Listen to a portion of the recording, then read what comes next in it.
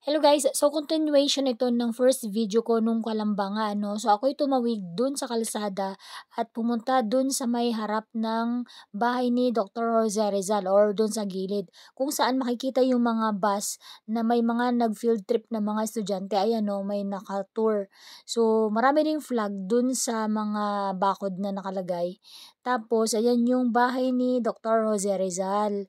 So, one day papasok ulit ako diyan kasi nung time na nakapasok ako diyan dati is hindi pa ako nagvo-vlog or hindi pa naka-on yung professional mode ko. Ayan o guys, so ang daming estudyante dun sa loob ng bakuran ni Dr. Jose Rizal at pinapakita yung replika ng kanyang libingan. Ayan, so marami ding nakatayo ngayon na lampara, ayun o, dun sa kanyang dun sa kalsada, sa tapat ng kanyang bahay. Dati kasi wala yan eh, at nakailaw pa nga. So, salamat guys sa panunod lagi ng aking mga video at tapusin sana ito hanggang sa dulo. Bye!